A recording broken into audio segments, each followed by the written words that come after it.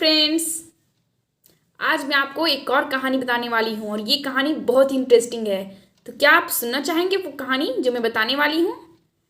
I think आपको I think आप बहुत एक्साइटेड होंगे कहानी जानने के लिए, क्योंकि ये एक अलग कहानी है। मैं जो बता रही हूँ कुछ दिनों से कहानी, वो एक नया एक अलग कहानी बता रही हूँ। तो चलिए शुरुआत करते हैं आज का कहानी। आज का कहानी है भ्रमित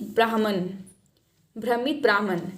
ये कहानी कुछ इस तरह से है कि एक ब्राह्मण एक अमीर व्यापारी के यहाँ भिक्षा मांगने के लिए गया था, और वह जो अमीर व्यापारी था वह उन्हें भिक्षा के रूप में एक बछड़ा दिया। वह उस बछड़े को देख करके ब्राह्मण बहुत खुश हुआ और वह उस अमीर व्यापारी को आशीर्वाद दिया और बोला कि तुम हमेशा फलते फूलते रहोगे, इस तरह से वो आशीर्वाद दिया। तो वो जैसे लिया वह उस घर को छोड़ दिया और वह अपने घर की ओर जाने लगा। उसका घर जंगल की ओर से गुजर करके उसका घर पहुंचता था।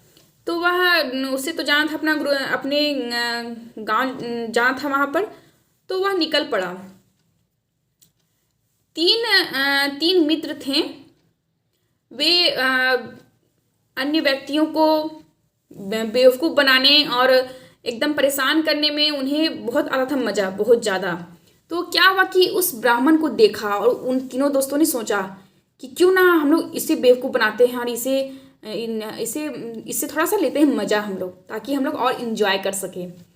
तो वो क्या किया, वो अपना प्लान शुरू कर दिया। वो उस ब्राह्मण के पीछे से आगे आया ताकि उसे लगे कि ब्राह्मण को लगे कि वो मेरे पीछे से आया है, और वो छिप छिप के देख रहा था। तो क्या हुआ कि जैसे वो सामने आया ब्राह्मण के पास, तो वो बोला, गुड इवनिंग फ्रेंड, आपको इस बकरी को ले जाने के लिए कंधे पर आपको मजबूत होना चाहिए। तो वो ब्राह्मण सोच में डूब गया कि ये बकरी क्यों कह रहा है। फिर बोलता कि क्या आप जानते हो ये बकरी है। तो चुपचाप रहा ब्राह्मण, कुछ नहीं बोला। आपको मजबूत होना पड़ेगा, ऐसा करके निकल गया वहाँ से। और निकला जैसे वैसे ही वह यह बोलते गया कि क्या आप अंधे हो, आप देख नहीं रहे हो, ये एक बकरी है, ये एक बकरी है। आप में वो मजबूती नहीं है कि आप इस बकरी को ले जा सको अपने घर तक। इतना कहा हुआ और पतली गली से निकल गया। उसके बाद उसी समय फिर दूसरा जो मित्र था वो अपना चाल चलना शुरू किया। वह बोला गया और, नमस्ते ब्राह्मण, आप इस गधे को कहाँ लेके जा रहे हो।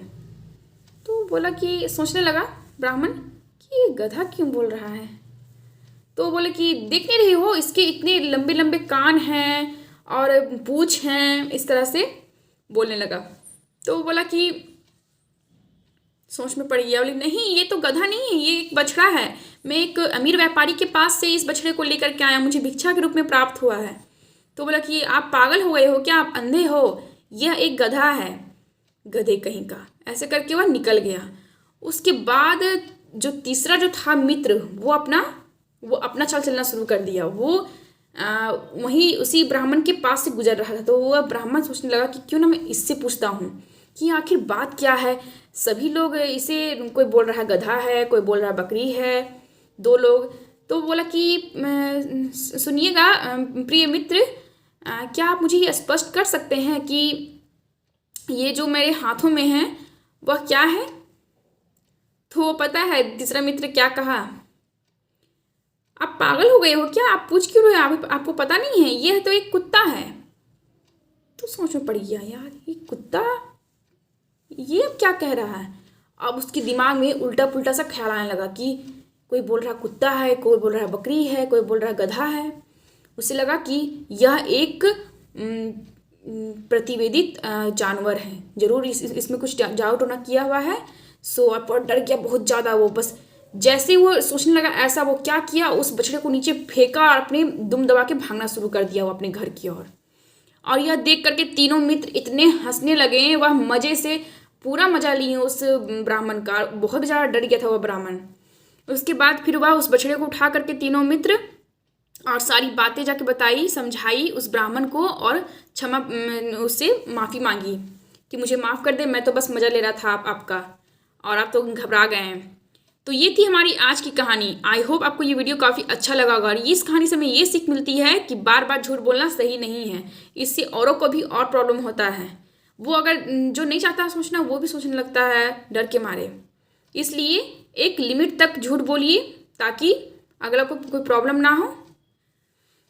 तो आज के लिए इतना ही। Okay, bye.